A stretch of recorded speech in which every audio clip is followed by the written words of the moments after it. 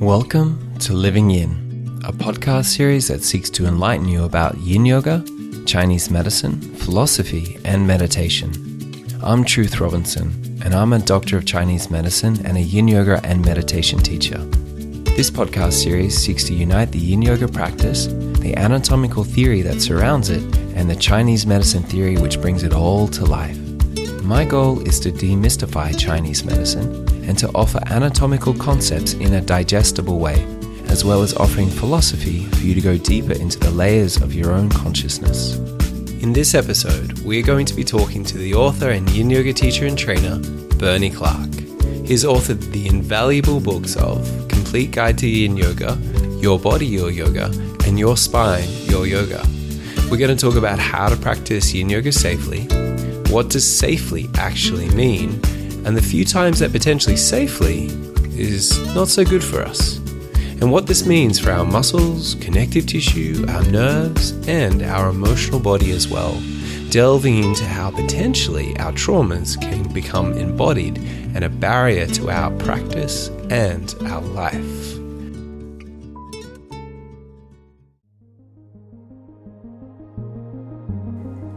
Just letting you know, this podcast was actually released secretly a week before the public release.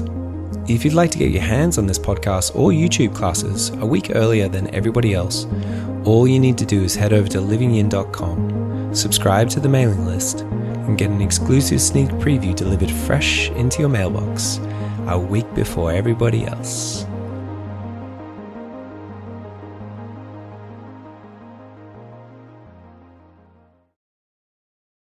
Thanks for joining us, Bernie. It is great to see you again. Before we get into the meaty, juicy part of this podcast, I'd really love it if you could tell us a little bit about what inspired your Yin Yoga journey. Well, that was a bit of serendipity. It's nice to see you too, Truth, and to talk to you again. Way back in around 2002, 2003, I was into the peak of my Ashtanga career. And as an Ashtanga teacher, part of the practice was to adjust people, to put them into poses. But I didn't really trust my own sensibility of how far was I pushing. So I took a couple of trainings in Thai massage therapy. And in the second, the advanced training, every morning the teacher was Saul David Ray. Every morning he'd give a yoga class. And at the 9th day of the 10 days, he kind of ran out of ideas. So he said, why don't we just do a Yin class? And I hadn't heard of Yin Yoga then, neither had anybody else. So I said, sure, we'll try that. And it was very different than anything I've ever experienced before. And the next day, the training ended, and I was flying home. This was in Santa Barbara in California. I had a couple of hours to kill, and I was just walking along State Street there, and I saw a little yoga studio. I walked inside, and there was a little bookshelf with books and DVDs. And one DVD was by some woman named Sarah Powers called Yin Yoga. And I thought, this is what Saul did to us yesterday. So I bought the DVD. Actually, it was a VHS. I should correct myself. At that time, it was a VHS. And I brought it home. And I did that practice every day for about 3 months. And I was amazed how quickly it helped my Ashtanga practice. And so I had to meet this woman. And she was coming up to a yoga conference in Seattle that May. So I went down to Seattle from Vancouver in Canada and took her workshop over that weekend and fell more in love with it. And through Sarah, I met Paul Grilly, and through Paul, just deepened my knowledge of this. They never did it again, but they offered a 10-day combined training, both Sarah and Paul together in California. So I took that, and it was just phenomenal. Wow. And it was in one of the poses during Paul's class, I remember being a little distracted, wondering, this is about 2004, who has the URL yinyoga.com? And so I made a little mental note, and when I got home, I checked. Nobody had it yet, so I thought, well, I better grab that in case somebody else does. And my intention was to give it to Paul Grilly, but he already had paulgrilly.com, so I ended up just keeping that, and it kind of just grew from there. So It's kind of serendipity that got me into it, but I just fell in love with it. I think we're all very grateful that you did end up getting that yinyoga.com URL. I know it's been an amazing and informative resource to go and look at whenever I had a question about Yin Yoga, and that forum on there is incredible. You mentioned that you began your yoga career in Ashtanga. I think this is quite a common thread for a lot of us older generation yogis. We found our way into it, and it was quite a physically satisfying practice, quite deep practice, and we had the perception that this was going to lead to the highest degree of flexibility. And that was the ultimate misguided goal, of course, being more flexible as a yogi. Now, you mentioned that when you started practicing Yin Yoga, that you found that you went so much deeper. But it seems that we're doing almost the opposite of what we're doing in Ashtanga. What's actually happening in our tissues in Yin Yoga? Well, the example I used, and by the way, I started with Shivananda through a teacher named Shakti Mai, and then discovered Ashtanga, and from there Flow Yoga and all the more yang forms. But there was one particular pose called Prasarita Padottanasana, A, which is the wide-legged standing forward fold where you're supposed to bring your head to the floor. And I just couldn't get my head to the floor. And I'd been doing Mysore practice for about 5 years at that point. And yet my head and the floor still were like in two different time zones. They're quite far apart. But as I said, after 3 months of doing the Yin that Sarah was teaching me, my head was on the floor. And I realized what was stopping me were not the muscles necessarily, but the fascial bags around the muscles and in the joints. And when I targeted those tissues, I increased my range of motion much more quickly than the Yang practice. And so through Paul's explanation, I realized Yang it can open you up. You certainly can get more range of motion with a Yang active type practice. But if your intention is to increase your range of motion more dramatically, a Yin style will do it faster because it targets the deeper connective tissues that restrict a lot of people's movements. So it wasn't that I was really having short, tight muscles. It was the fascial bags around the muscles and in the joints and the ligaments that were restraining me. So we're working with the fascial connective tissue in a very different way then, because I must assume within the Ashtanga and the Vinyasa practices, there must be a degree of connective tissue work as that tissue is integrated deeply within the muscle and the movement of the body. So what is it that makes Yin so special? Is it the longer holds? Yeah, it seems to do a better job. Like you can target certain tissues of the body, but you can never isolate those tissues. So I can target, say, my biceps when I'm doing curls with kettlebells or something. But even though I'm targeting my biceps, my triceps are getting a workout too, as my deltoids are, and my pectorals, my stomach muscles. The whole body is involved with any movement. So even though I intend to get stronger biceps, the whole system is being affected. So in the same way, I can target my muscles, but muscles are 30% fascia. Inside the muscle cells themselves, there's collagen. Around the outside of the muscle cell, there's a collagen wrapper. It's called the endomysium. And then these are like tubes within tubes within tubes. There's layers and layers of fascia wrapping the muscle bundles and then the muscle itself. So you can't separate the muscle from the fascia. But inside a muscle, 70% is muscle cell, 30% is fascia or connective tissue. So we target that in our Yang practice. We're making it stronger, and over time we can make it longer. And muscles love rhythmic, repetitive movement. They get filled with blood, they get pumped up. When a muscle's cold, it's maybe 70% water. But once you're really pumped up, that muscle becomes 90 to 95% water. Fascia is about 10% water, depending on where it is and what it is. It can be 10 to 30%.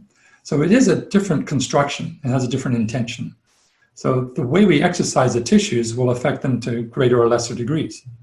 And it turns out if you want to increase kind of the length and the strength of fascial tissues, especially the endomysium, the paramysium, the epimysium around a muscle, or the fascia that makes up the ligaments, the tendons, and the joint capsules, these respond better to a static, long-held stress as opposed to a rhythmic, repetitive stress. It seems the body will lay down more collagen onto those tissues when you apply that type of a stress to it than whether it's more rhythmic. Is it bad to hold your muscles at this length for long periods of time? Not if they're relaxed. If the muscle's not trying to contract, it won't use up all its energy and then go into cramping and spasms. So in Yin Yoga, we often say relax the muscles because you're going to be here a while. And we don't want to keep the muscles engaged for 3, 4, 5 minutes. An engaged muscle that doesn't release, there's a technical medical term for that. It's called tetany, from which we get the word tetanus. If you have that infection, it makes your muscles go into tetany. The non-technical term is a cramp.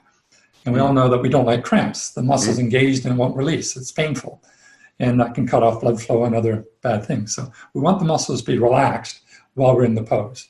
And that does two things. One, it's not so energetically costly. The muscles can soften. But also, when the muscles are relaxed, then more of the stress can go into the deeper tissues, the joint capsules and the ligaments and so forth.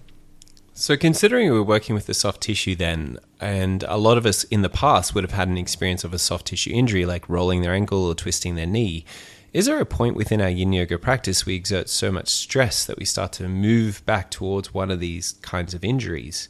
And then if that's the case, then is it normal for us to feel this little bit of degree of anxiety or be a bit tentative when working with our Yin practice? Sure. And this is a legitimate fear. You can do too much of anything.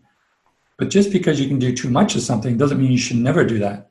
Of course. And this is where I come into my favorite saying, beware the binary. A lot of therapists, doctors, and yoga teachers think, well, because you can overstress a ligament and damage it, therefore we should never stress a ligament. Well, you can apply the same logic to a muscle. You can overstretch a muscle.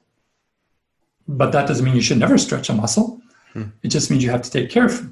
And when you're getting to that limit, usually the body gives you warning signs. It's called pain. You get a little tweak. And if you ignore that little tweak, eventually it'll become a big tweak. And if you ignore that big tweak, eventually become a significant injury. But these connective tissues are very strong. It's unlikely that a long-held static stress is going to come anywhere near the tolerance of these tissues to being damaged. You're more likely to break the muscle before you'll break a ligament or a tendon, because the muscles are a much softer tissue. So when you roll an ankle, that is a dynamic, sudden stress that puts more stress than the tissues can tolerate. Almost all joint injuries happen in that way, in a dynamic movement. That's why it happens to people playing sports. You know, you're playing football, you cut and run, and in that one moment, you might put 3,000 Newton stress into your knee joint. Wow. Well, the ACL, the anterior cruciate ligament, or the PCL is actually the posterior cruciate ligament, is one of the strongest ligaments in the body. It can withstand about 2,500 Newtons of force. But if you put 3,000 Newtons of force in there, it may snap. Well, when you stand with a hyperextended knee in, say, King Dancer, or Nata Raja pose, an average 120-pound woman might put 30 pounds of stress into that knee. So that's like, say, 300 Newtons of stress. That ligament can probably take 8 times that. So in my experience, there's no yoga pose that's ever going to come close to stressing these joint tissues near their tolerance levels. It doesn't happen in static situations. If you jump off the stairs from 3 stairs up and land, and you're slightly hyperextended with your legs, then you might put a lot of stress in it, and that would break the knee. Unless you're very old, like someone in their 70s and 80s, or you've got a condition like Ehlers-Danlos, Marfan syndrome, where your connective tissue is just genetically different and weaker, the vast majority of people will not hurt themselves in a static stress. If they did, they'd hurt themselves walking up and down stairs, getting in and out of cars. But always is always wrong. So for some people, maybe they've tweaked their ankle a few times already, and now they're in a pose, or tweaked their knees, now they're in a pose, and suddenly that was the last straw. Yeah. So it can happen. Absolutely. I think that's one thing a lot of us don't realize is, as you said, the straw that broke the camel's back. You know, you could be working at work and then suddenly lift up a box and hurt your back, but you discount the lifetime of other activity that led up to that point. So it may not necessarily be that work injury. You mentioned that you're more likely to injure muscle tissue before connective tissue, but doesn't muscle tissue heal quite quickly? That's the trade-off. Muscle can damage more quickly and can heal more quickly. A torn muscle, might take a few weeks to a few months. A stretched ligament, like you roll your ankle. This happened to me once in my 30s. I was jumping on a trampoline with my kids, and I rolled my right ankle.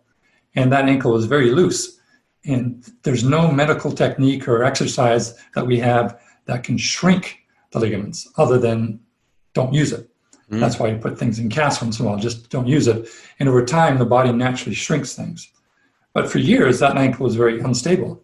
Now in my mid-60s, that ankle is very stiff again because, it does over the decades start to shrink wrap. But once you've stretched it, it can take months and years for it to kind of go back to its original strength. So we don't overdo it. I don't want to stretch my muscles too. If I tore a muscle, that's not convenient. So you have to pay attention to these signals the body's giving us. The little tweaks, the little bits of pain. And in my Ashtanga practice, I was very much a believer in no pain, no gain. After a few injuries, I started to realize this is not serving me very well.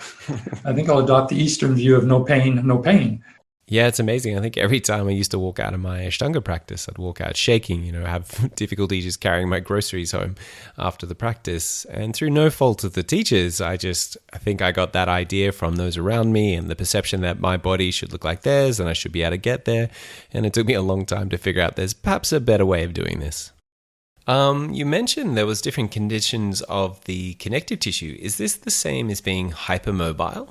Yes, but there's many causes of hypermobility. I like to group them into three big chunks because there's a lot of fear in the Yin community, not necessarily within the community, but outside the community, that Yin Yoga should not be done by somebody who's hypermobile. And again, that makes it binary.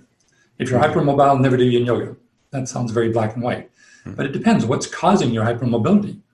So in my view, there are three broad areas of hypermobility. One could be a connective tissue disorder. You could have something called Ehlers-Danlos or Marfan syndrome. And these are cases where the collagen protein that make up the majority of our fascial fibers, they have a certain crimp to it. They're kind of wavy, like a letter W, a whole bunch of letter W's tied together.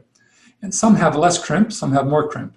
The more crimp, both the stronger it is and the more elastic it is. We can talk about elasticity later. But so some people, just because of this genetic lottery that they won or lost, they don't have as much resilience in the collagen fibers. So they could easily go too far and hurt themselves. That doesn't mean they shouldn't stretch. They just have to be careful that they could stretch easily too far. So that's one type. Doctors used to think this is a fairly rare condition. Maybe 1 in 5,000 people had Ehlers-Danlos syndrome, but now we're starting to realize it's more of a spectrum. It's not kind of black or white there either. And maybe 10% of the population or more might have some form of a genetic difference in their collagen. The second set is somebody who has injured themselves. Say you've rolled your ankle and now everything is stretched out. You're hypermobile now because of that accident. And you'll have to be careful as well. You don't want to go too far and injure yourself again. The third cause of hypermobility is just the natural shape of your bones. For instance, the elbow. What stops us from opening our arm further than straight is just the connection of the end of the ulna, which is called the olecranon, and the socket and the humerus, called the olecranon fossa. These two bones fit together like a hand and a glove. And when they actually come into full contact, you've reached the limit of how far you can open your elbow. Now, for some people, they can't get it to straight. Their olecranon is actually too thick, or their little fossa, the little cave that the electron goes in, is too shallow. And no matter what they do, they just cannot open their arm to 180 degrees. And nobody tries to correct them. Well, they may say, oh, straighten your arm, and just say, I can't. But there's other people that have a very deep olecranon fossa and a very shallow olecranon, and they go past 180 degrees. They're hyperextending the elbow. But in all cases, everyone goes to where their bones hit. This is where the bones hit on the bones, and that's a natural stopping place. But for one person, they're hypomobile, and the third person's hypermobile. But it's not dangerous for that third person because they're just going to where the bones hit, as everyone does. But it looks weird, and if I tried to do that with my arm, I'd break my arm. So that means a lot of people think, well, I can't do that, and because I don't want my student to hurt themselves, I'm not going to let them do that. Now, if that, again, was an injury, maybe they'd be right to back off a bit. But the injury would tell them it'd be hurting. If it's a connective tissue disorder, yes, again, they have to take care. But the majority of the people who open their elbow that far is just the shape of their bones, and they're not at danger at all of hurting themselves. So should people go past a theoretically normal range of motion? It depends. What are they feeling? If it hurts, don't do it. If it doesn't hurt and they have no condition and they've been doing it all their lives, even before they started doing yoga, then why don't you just leave them alone? They're just doing what the body will give them. I think this is a really beautiful messaging system of the body. As you say, keep coming back to whether or not you feel pain in a position. And if you do, there's potentially something that maybe is not quite right about it. And in that, there seems to be a lot of freedom as a student. And then also, once you teach this to your students, as a teacher too, to know that you're teaching quite safely. But is there ever an instance where we could be in a position maybe going too far and not feel pain? It is possible. Pain is not a great indicator, but it's the best one we have. Mm-hmm. It's kind of like democracy. Winston Churchill once said, it's a terrible way to run a government, but it's the best way we have. It's better than all the rest. It'd be nice if we just had little LEDs on our forehead that would light up by saying, green, go ahead, yellow, careful, red, stop doing that. Yeah. But instead we got pain. And pain can be caused by physical conditions in the body, but pain can also be caused by mental states of mind, psychological things, or by sociological things, your environment. And so pain is not the most reliable tool we have for diagnosing when we're too far. So I usually like to say there's 3 times you have to watch for pain.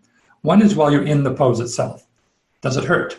Is there anything sharp, burning, stabbing, tingly, electrical? You have to spell it out because a lot of students are not used to paying attention to these sensations. But sometimes you don't feel pain until you come out of the pose. And then you realize, maybe I shouldn't have done that. But sometimes you don't feel the pain until the next day or two. Usually I get that with tingling sensations. If I open my right arm too far to the side in a twist, through experience now, I know I'm actually compressing a nerve bundle going down the arm called the brachial plexus. But I don't notice that right away. I notice it the next day. So sometimes the pain won't show up while you're in the pose. So you have to pay attention. Does it hurt while you're in the pose, when you come out of the pose, over the next day or two? And if it's over the next day or two, you have to think back, what was I doing that may have contributed to that? But sometimes our biology doesn't give us any clue that we've hurt ourselves until we reach some final edge and then things break. So pain is not a foolproof signaling system, but it's still the best one we have. You said something interesting then. Pain when you come out of the pose. Is this the same as that feeling when you first come out of a position and you feel a bit of achiness, almost pain, and then it kind of fades and later on you don't really feel it or notice it anymore? Is this the same thing as what you're talking about? Not necessarily, because again, it's not black or white. There's a spectrum of pain. Mm-hmm. Some therapists say that you actually have 2 scales. So some people, when you interview them, they have a discomfort scale and then they have a pain scale. Once things get really uncomfortable, now they'll classify it as painful. But until then, it's not painful. It's just, it's hard to stay here. This is really challenging. It's uncomfortable, but it's not yet painful. Other people just have a pain scale from 0 to 10. And if you're feeling something like 2 or 3, and through your life experience, you realize this hurts, but it hurts good. If you know what I mean. There's kind of a dull, achy sensation that this is challenging, but I need to be here.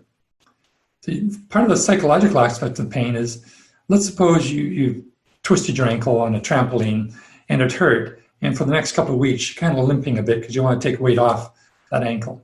But after 6 months, the ankle is fine, but you're still walking with a bit of a limp because there's a fear of re-hurting it. And then that fear may make the ankle painful, even though structurally it's back to normal. But now you get a guarding sensation where the brain is starting to say, let's not do that again. So the brain is kind of sending false pain signals to protect you. I used to get this with my left arm. I got a tightness in my deltoid muscle where it attaches. And I damaged that once. I fell and overstretched it. But now, years after the fall, I can still feel a bit of a pain there, but I know it's just a guarding thing. So if I just hold and stretch through it, and it hurts good, and then I release, okay, now I know that I'm actually stretching out that contracted tissue. But again, this comes through experience of paying attention, noticing what happens while you're in the pose the next day. Is it really bad, or is it just, this sort of psychological guarding thing that's happening? So as I say, pain is a bit mysterious.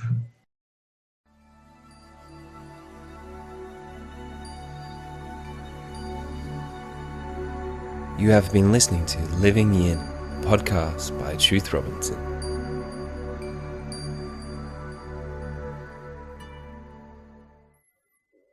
We're talking about different ways of stressing and stretching the body. And in particular, we're talking about the Yin style, which is very passive form of stretching. You're lying on the ground, long, deep holds, a lower amount of intensity. How does this differ to the more dynamic forms? I think it's called like functional range conditioning.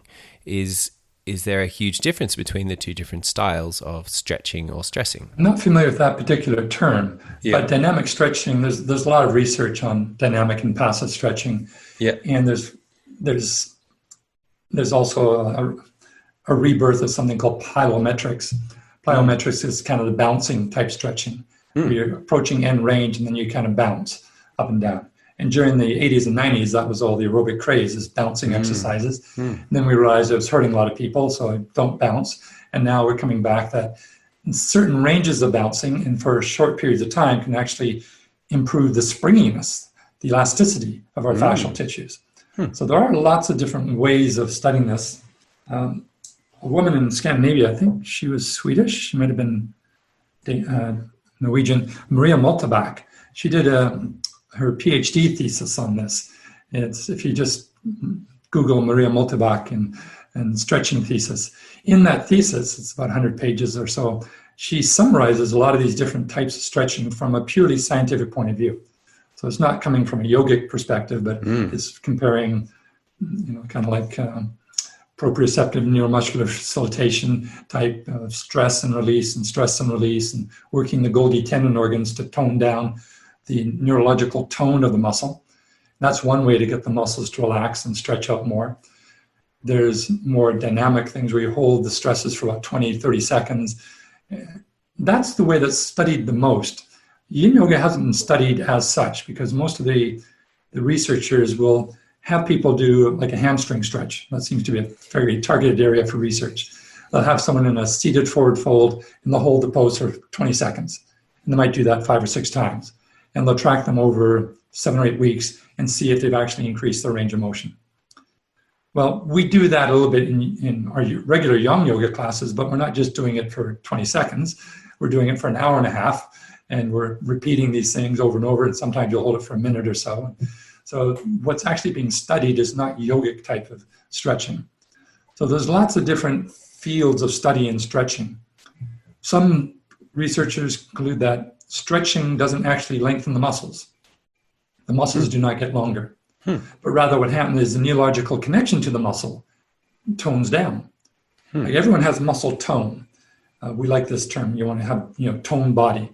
So if you look at your bicep, for instance, an average person might have 15% of the muscle cells in there active at any one time. That's a tone. If you're more toned, it might be 18% or 20%. And then you'll see your muscle bulge a little bit because more muscle fibers are engaged. But that's going to restrict you from stretching out the arm because you got those muscle cells resisting letting go. Some people have less tone. They might only have 10% of the muscle fibers engaged. And that may make it easier to stretch out. So one philosophy is yoga and stretching simply changes the brain's interaction with the muscles and just turns them off more. And that allows more range of motion. And for a while, that was kind of the predominant theory. But then we're realizing, well, there's a lot more going on in what activates the muscles or not. It could be that. It could be the stretch receptors inside the muscles are turning on as well to protect the muscle from being overstretched. It could be hormones. It could be the fascial bags are being contracted because there's little cells inside the fascia called myofibroblasts that if you visualize a spider sitting in the middle of a spider web and then he pulls all the legs in, that tightens the fascia. And in certain situations, our immune system sends out signals that tell our fascia to contract. I don't know, if you ever noticed if you had a flu or a cold, you feel stiff and achy. Oh yeah, very much so. Well, that is the immune system telling us to tighten up. Because when you're tightened up, you're one thing, you're not going to go off and run a marathon or do your normal Mysore practice. You're going to save your energy because the immune system needs that energy to fight the virus. And so the body naturally makes us feel tired and sick so that we don't use the energy to do our normal daily stuff and we let that energy go to build more killer T cells and beta cells and so forth. The way the immune system does that is through a substance called TGF-beta-1. And don't worry, that won't be on the test. TGF-beta-1 is what creates more of these myofibroblasts in the fascia and stimulates them to turn on and contract. But the immune system produces TGF-beta-1 also because it stimulates more white blood cells and killer T cells. And so that has a double effect. It produces more killing cells, but it also tells our fascia to contract. So another reason why we might be short and tight has nothing to do with stretching. It may be our fascia just become contracted because our immune system is overactive. It could be hormonal. It turns out in our fascia there are hormone receptors for sex hormones like estrogen, which is why some women throughout their monthly period, they're tighter than other parts. Just around ovulation time, they produce more estrogen, and that causes the fascia to tighten up. And then at other periods of time, closer to their menstruation period, they're looser because everything is starting to flow. So there's another reason that we might be stiff and tight. This could be a hormonal interaction with the fascia. It could be the state of the water. It could be, there's so many things that are responsible. But it could be also that your muscles are just short. So now we come back to the full cycle that, yes, sometimes muscles do shrink. And we can make them longer by stressing them.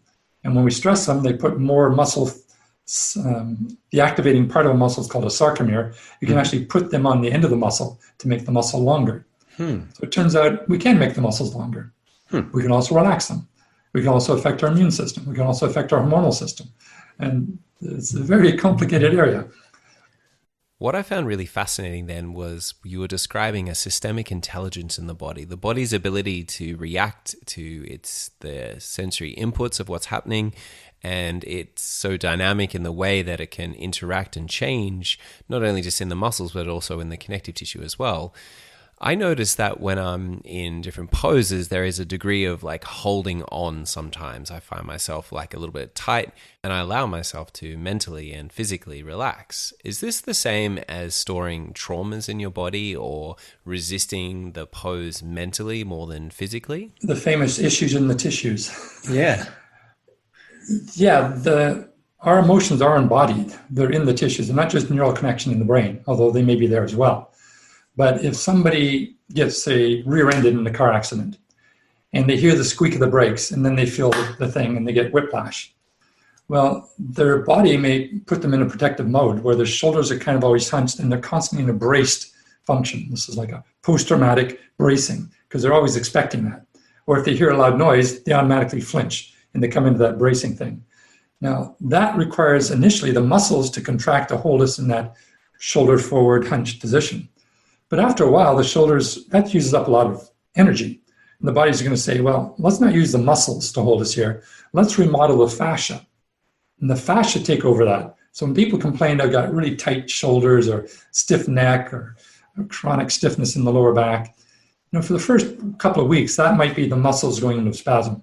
But after a few months, it's the fascia has been remodeled around that. So the muscles can actually relax now.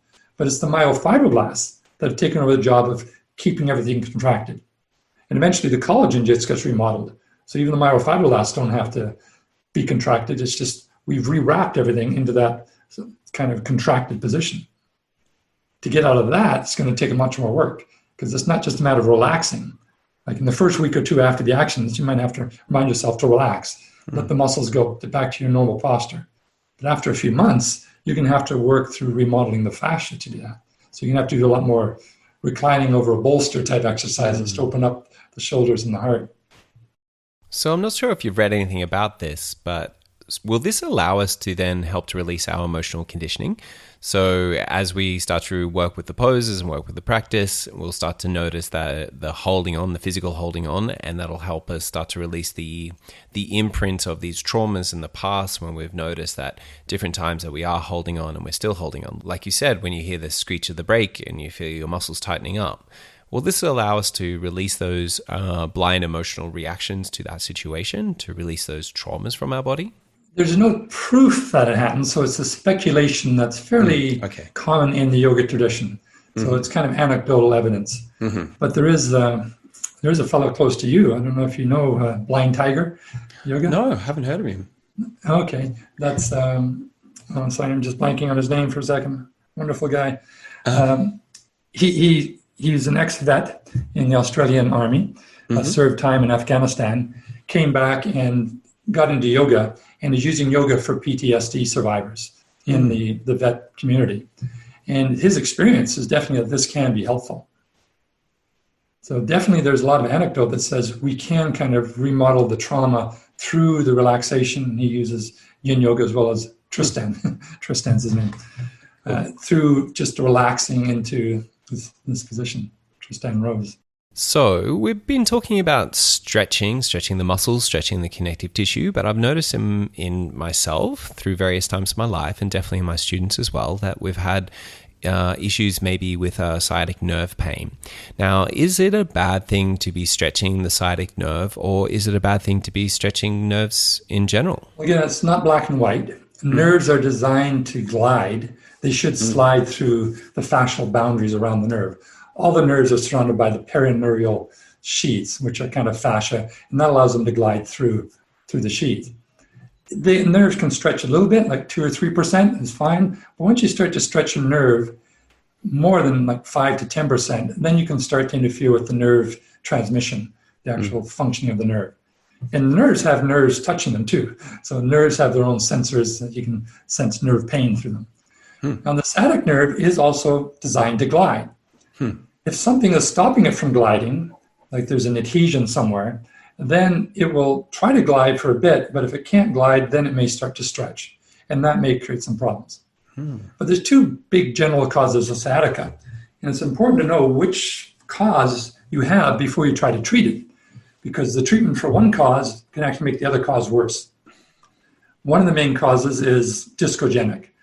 You've probably heard of a herniated disc, or colloquially called a bulging disc, or a slip disc. They don't actually slip, but They don't? sometimes the jelly in the jelly donut can start to be pushed out to the back or to the side of the donut. And if that bulge happens to be right at a nerve root in the lower lumbar, then that can compress the nerve root that becomes the sciatic nerve. And for a lot of people, flexions or some twists, depending on where the bulge is, can make that symptom worse. So a therapist may do a slump test for someone with sciatica. Just have them sit in a chair and just slump over. And if that makes their pain worse in the leg, they'll probably think, okay, you've got a discogenic sciatica. Now we want to figure out how can we push the jelly back into the donut. And if flexion pushes the jelly out of the donut, extension should push it inward. Or if twist to the right make it worse, then maybe twist to the left. So we'll try to figure out what provokes the pain, and then what can we do about that. So for a lot of people, extensions, back bends may be a nice way to cure discogenic sciatica, but flexions may make it worse. The other major cause of sciatica could be piriformis sciatica.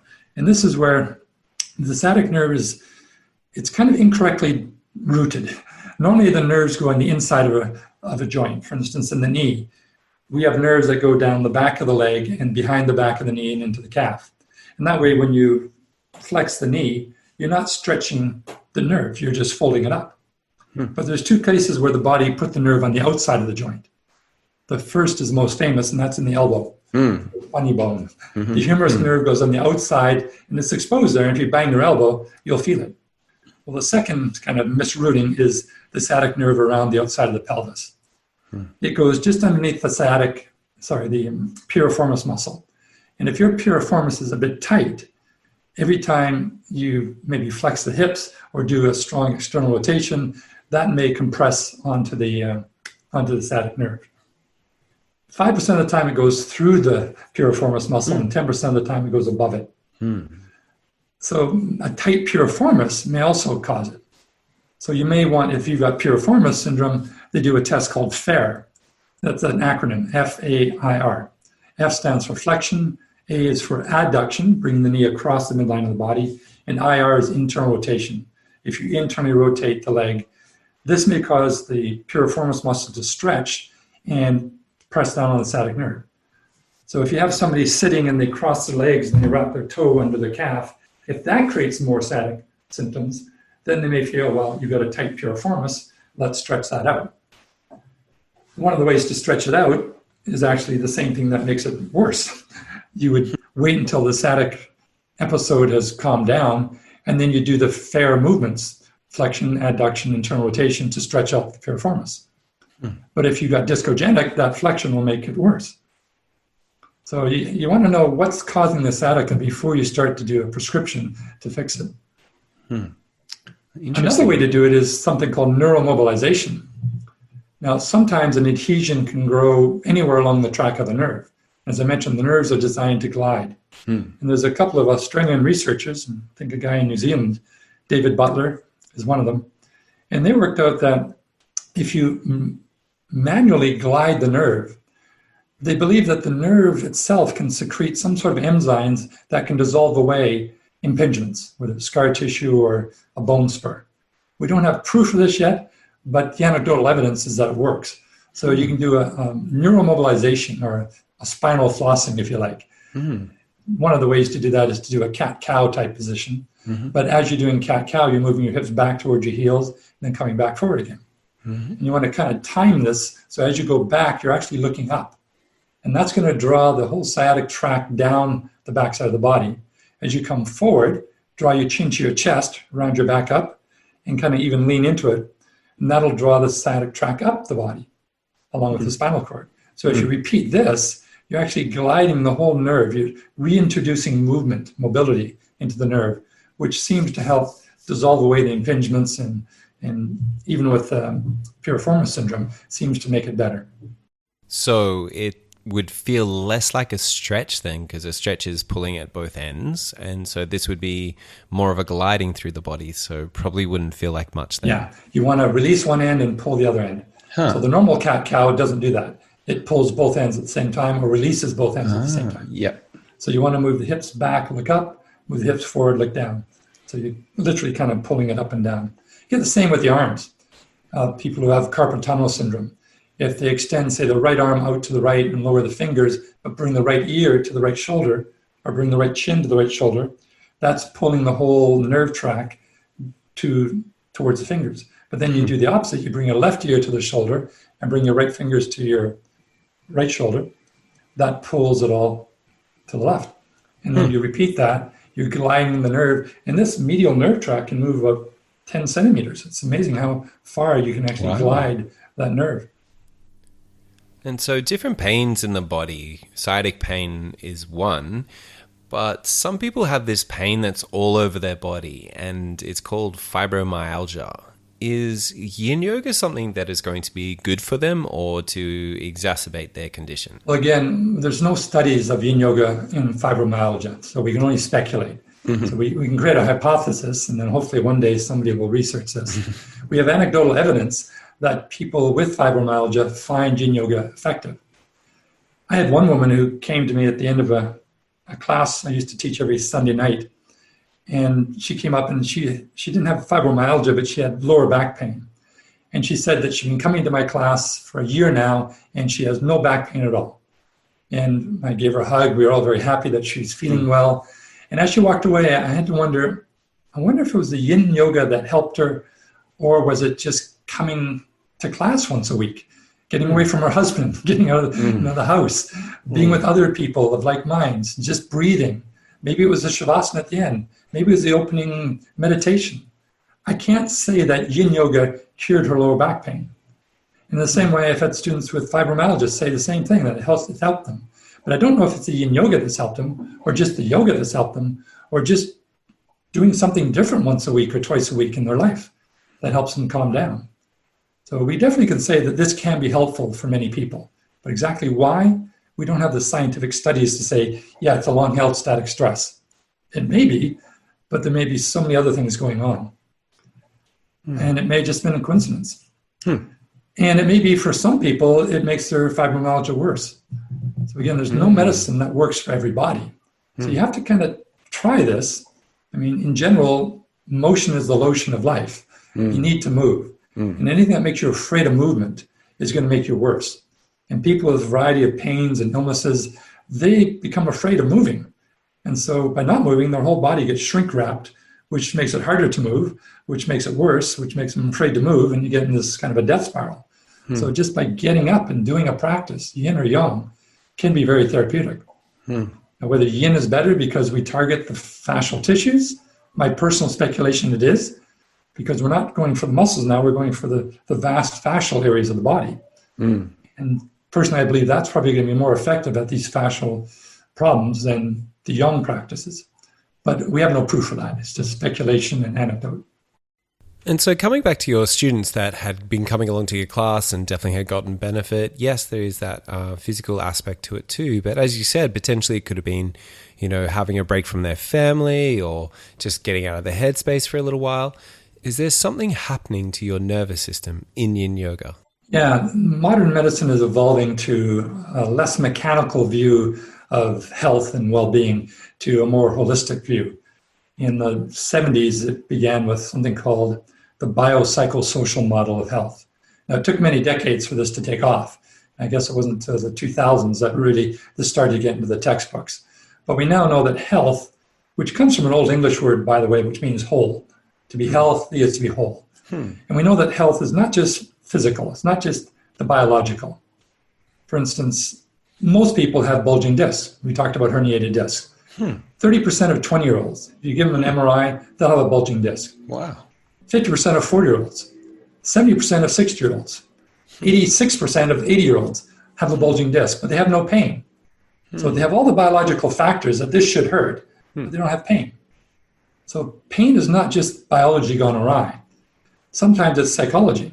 As I said before, it could be an expectation that you were hurt once before and now the brain is just overreacting. It could be sociological.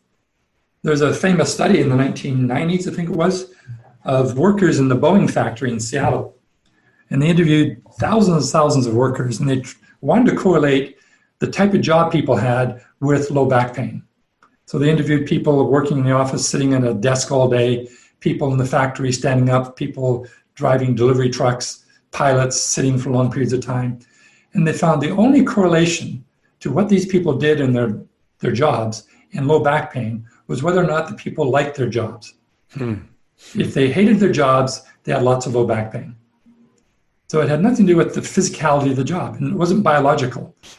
It was something to do with the work environment. I hated going to work, and that created the pain. Interesting. So there's all sorts of things that trigger pain. So to say that yoga affects us psychologically, certainly. Life affects us psychologically. And yoga can be a time to get out of the daily routines of life and adopt a different way. I've heard it said that beginners shouldn't do Yin Yoga because it's a bit too challenging. Personally, I love beginners to do Yin Yoga because in Yin Yoga you have time. You have time to pay attention, to notice what's going on, to notice your breath, to notice sensations, to really tune into your body. I mean, most of us in our culture, we're taught to tune out our body. If you get a little tweak or pain, well, just take an Advil, ibuprofen, some aspirin. And so let's just cover over what's the problem and just mask it. It's like putting masking tape on your car dashboard that says engine problem. I don't want to see that red light. I'm just going to put duct tape over it. So now I don't have to be worried about it. But that doesn't really help you when the engine needs attention. So the same thing with our bodies physically. We need to pay attention to what we're feeling. And in a Yang class where you're just learning to do a vinyasa flow, you only are in the pose for a minute, and the teacher's telling you where your hands should be and where your knees should be and where your feet should be, and then you're out to the next pose. You have no time to pay attention to what you're actually feeling. You're worried about the external parts. Well, in Yin Yoga, you got 4, 5, 6, some poses 10 minutes. And we don't care about how you look in the pose. We care about how you're feeling in the pose. So these little mini meditations give you a chance to introspect, to be able to figure out what's going on inside. And that has a whole number of psychosocial benefits. I'm a really big advocate of Yin Yoga as well, as you know, and as a consequence can get a little bit addicted to it at times. But is there a point where we can do too much Yin Yoga? Yeah, you can do too much of anything. But how much is too much for you is not necessarily how much is too much for somebody else. Because again, you have to pay attention. At one extreme, think of people who wear braces. Now, a brace on their teeth is a long-held static stress. That's yin. They don't take the braces off every night. They're wearing these braces for months, for years. Some people wear them 3 or 4 years. It takes that long to change the shape of the bones. But they're doing it every day. Think of the fact people who sit in an office, they're sitting for 8 hours a day. That's yin. And they're constantly flexing their spine. People who work all day at a teller's job or a cashier, for 8 hours a day, they're standing on their feet, putting a stress on their arches of their feet. That's a yin stress. So we do yin stresses all the time, every day for hours. And we do it every day, with maybe Saturday and Sunday off. So to say that I'm doing a forward fold for 5 minutes, 3 times a week, is that too much? Can I do it 7 times a week? Mm. Yeah, no, maybe. Yeah. Depends on you. Depends on your biography and your biology. For some people, it may be too much. For other people, it's nowhere near their tolerance. So rather than make the theoretical question of, can I do this every day? Make it a practical question. What's it like when I do it every day? Is it too much for me? It may not be too much for somebody else. Maybe they're 30 years old and I'm 80. Okay, maybe you don't want to do it every day. But maybe even a 30-year-old, maybe they've got a very active job where they're asking a lot of the body, and now doing this every day, even for 15, 20 minutes, maybe it is too much for them. So I can't a priori say it's not a problem. Instead, I would ask, is it a problem for you? And which pose? It may be that you can do back bends till the cows come home. I don't know if the cows still come home. Maybe that's a dated metaphor. But you can do back bends all the time and you're fine. But you start to do forward folds and maybe it's easy to go too much. So definitely listen to our own bodies then. You mentioned before that, yin could be done by anywhere from, somebody that's younger all the way up to 80. And quite often I'll hear around some of the studios that I teach in, especially from the people coming in or even outside of the studios, is people will say, I'm too inflexible to yoga, or even I'm too old to do yoga. Is there an age when we probably shouldn't do yin yoga? Generally, once you've already died, you probably give up on it. Yeah. Because you've entered the stage of rigor mortis, and that's completely yin all the time. But prior to that... You're the master of it then, aren't you? Yeah. You never move. That's it. Paul Grilly has this idea of the arc of aging.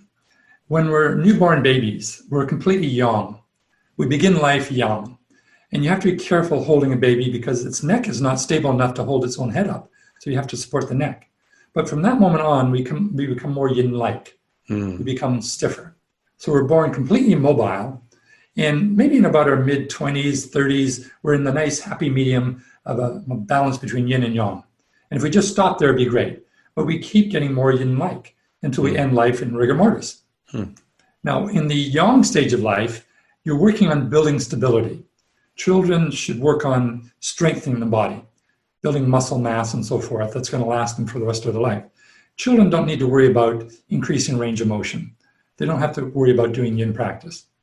But as you get older and you find you start to shrink wrap more, you're losing range of motion in the hips, especially in the lower back, you're entering the yin time of life. And that you may want to work more on maintaining or regaining lost mobility. And you'll find that a yin practice will help more than a yang practice. I'm not saying don't do yang as you get older. You definitely need to keep the strength up too, because we also lose strength as we get older. But you're entering more of the yin stage of life where I think it's more important to work on that. But how much your tissues can tolerate, that's going to vary from person to person. Some people once a week may be enough for them. Others may want to do it 3 or 4 times a week. So again, it's going to have to have an intention, but pay attention. How does it work for you? How do you feel when you're in the pose, when you come out of the pose the next day or two? If you're starting to feel tingling or weakness or fragility, then maybe you're doing too much. You need to back off. But if you're not feeling any of those things, maybe you can go a bit further. And so you're discussing a little while ago about how, that we need to do yin practices for our body, but we also need to do yang practices for our body, and potentially yin practices aren't enough. What type of yang practices should we be doing? Yeah, this, for some reason, people think that if you're a yinster, you never do yang. I don't know where that came from. No, Paul Grilly never said only do yin. He was reacting to, he was from an Ashtanga background and a Bikram's background. He came from a very young background. His wife, Susie, was a dancer and a choreographer, very young. And so they were adding yin to balance their life. But they never said only do yin. They still do lots of yang. You need balance. It's like the inhale of your breath is called the yang part. The exhale is called the yin part. Well, imagine if you only exhaled and never allowed yourself to inhale. You'd die. Imagine if you only inhaled and never allowed yourself to exhale. You'd also die. So you need the balance between the two. It's just if you also tend to be a yangster, someone who's always doing yang things, you need more yin in your life. But if you tend to be a yinster and you never do anything challenging, aerobic, well, you need to bring that balance. Think of the Dai Chi symbol, the yin yang symbol. There's a black swirl and a white swirl. They have equal amount of space. But a lot of people get unbalanced. They have too much of one and too much of the other. So you got to come back to balancing that out. What type of yang? Well, generally, I think of physical health as having three components, three orthogonal axes. For me, health has an endurance axis, a strength axis, and a mobility axis. I find that my normal yoga practice doesn't give me a complete workout in all three axes. So for me, to help with endurance, I will run sprints or I'll go up and down stairs. I'll do things to get my heart pumping. Then to work on strength, I will swing kettlebells and do push-ups and handstands, things to build muscle mass. Then for mobility, that's my yin practice. I'll do yin, and I may do the yin after doing the other two practices, so I may combine them. And I can do yoga in all three of these domains. Yoga is not what you do, yoga is how you do what you do. So I can be mindful in doing my sprints. I can be mindful when I'm lifting kettlebells. That can all be part of my yoga. And I'd finish with a shavasana, a restorative period at the end of all those things. So for my yang practice, it's strength, weight training, and endurance, sprints, stair climbing, and so forth. Cool. It sounds like you've got quite a complete practice then. Yes, and once in a while I don't do anything. Some days I'm just lazy and I take a day off. That's also very good too. So you've shared an absolute incredible wealth of knowledge today, and we are so grateful for that. But is there anywhere else that we could potentially access some of this information you shared? I try to share this, and I just find, I love to share what I find interesting. You know, I'm not a medical doctor, I'm not a researcher, but I just come across this stuff because I do have a degree in science, and I'm fascinated about all this stuff. And so I do share it. So on my website, yinyoga.com, there's lots of articles in my newsletters. There's a whole book about yin yoga called Yin Sites up there. And there's also, as you mentioned, the forum where people can ask me questions of a technical nature. And it's open because a lot of times I don't know the answer, but other people reading the forum do. And so they can contribute to it as well. And then my books as well. The most recent trilogy I'm working on is called Your Body, Your Yoga. I've got 2 of the 3 books done. The first book, which is called Your Body, Your Yoga, the first half of that book, volume 1, is all about the physiology of the tissues and how what stops us is not just short, tight muscles. There I talk about the nervous system and the water and the muscles and the fascia, and how all these things can contribute to restricted range of motion. Volume 2 is about the lower body. Why are our hips so tight, and knees and ankles, and what is the appropriate alignment given your bone structure? The second book was called Your Spine, Your Yoga, and focused on the axial body. And I'm currently working on the final volume, which will be the upper body, shoulder, arms, and also proportions and asymmetries. So that probably another year and a half before that comes out. Okay, so that's the next big project. Do you have anything else on the horizon that you're thinking about?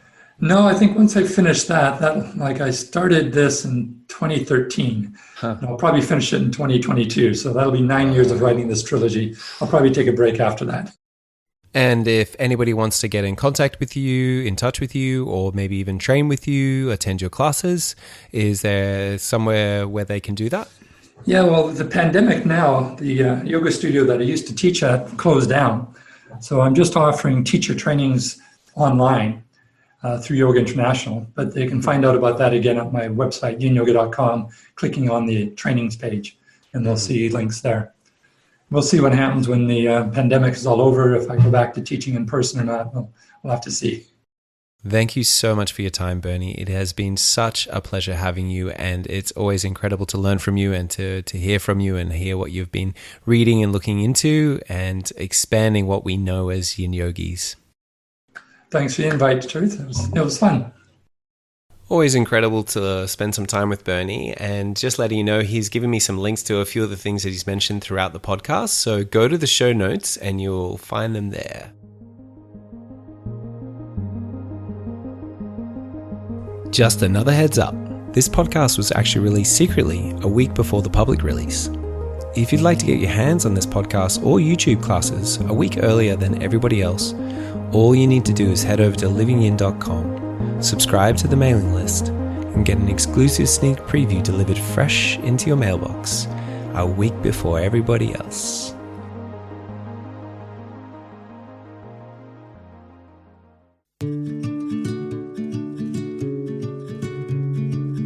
Thanks for joining me. I'm Truth Robinson. You can follow me on Instagram @TruthRobinson, or if you'd like to donate to support this podcast, grab a Living Yin singlet or train with me in Yin Yoga online or in person. Go to livingyin.com. One last thing, by submitting a review on iTunes, you're giving the gift of this podcast to so many other people. And even though I love seeing all the beautiful reviews, and I really do, it's way more exciting to know that your review is stimulating so many Yin Yoga journeys all around the world. That has to be the easiest gift you have ever given.